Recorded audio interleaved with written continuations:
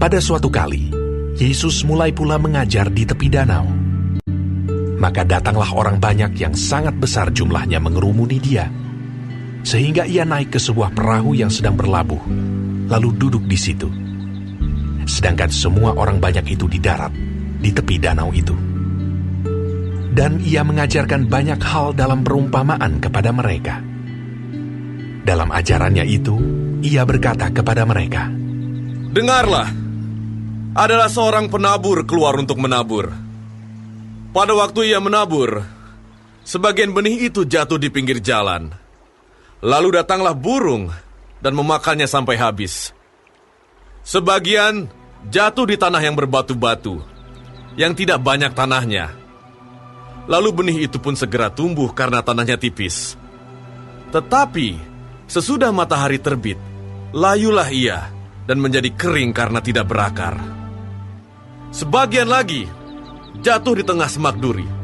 Lalu makin besarlah semak itu dan menghimpitnya sampai mati, sehingga ia tidak berbuah. Dan sebagian jatuh di tanah yang baik. Ia tumbuh dengan suburnya dan berbuah. Hasilnya ada yang 30 kali lipat, ada yang 60 kali lipat, ada yang 100 kali lipat." Dan katanya, "Siapa mempunyai telinga untuk mendengar, hendaklah ia mendengar." ketika ia sendirian, pengikut-pengikutnya dan ke-12 murid itu menanyakan dia tentang perumpamaan itu. Jawabnya, "Kepadamu telah diberikan rahasia kerajaan Allah. Tetapi kepada orang-orang luar, segala sesuatu disampaikan dalam perumpamaan, supaya sekalipun melihat, mereka tidak menanggap. Sekalipun mendengar, mereka tidak mengerti, supaya mereka jangan berbalik dan mendapat ampun." Lalu ia berkata kepada mereka, "Tidakkah kamu mengerti perumpamaan ini? Kalau demikian, bagaimana kamu dapat memahami semua perumpamaan yang lain? Penabur itu menaburkan firman.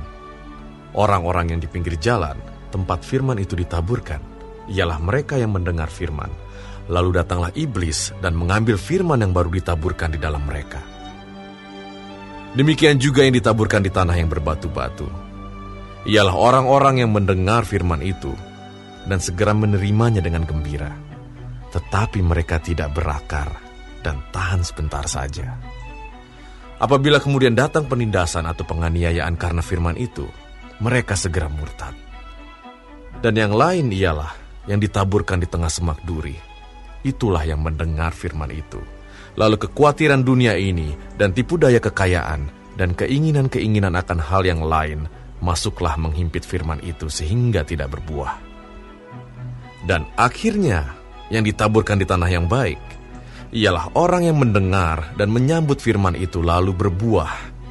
Ada yang 30 kali lipat, ada yang 60 kali lipat, dan ada yang 100 kali lipat."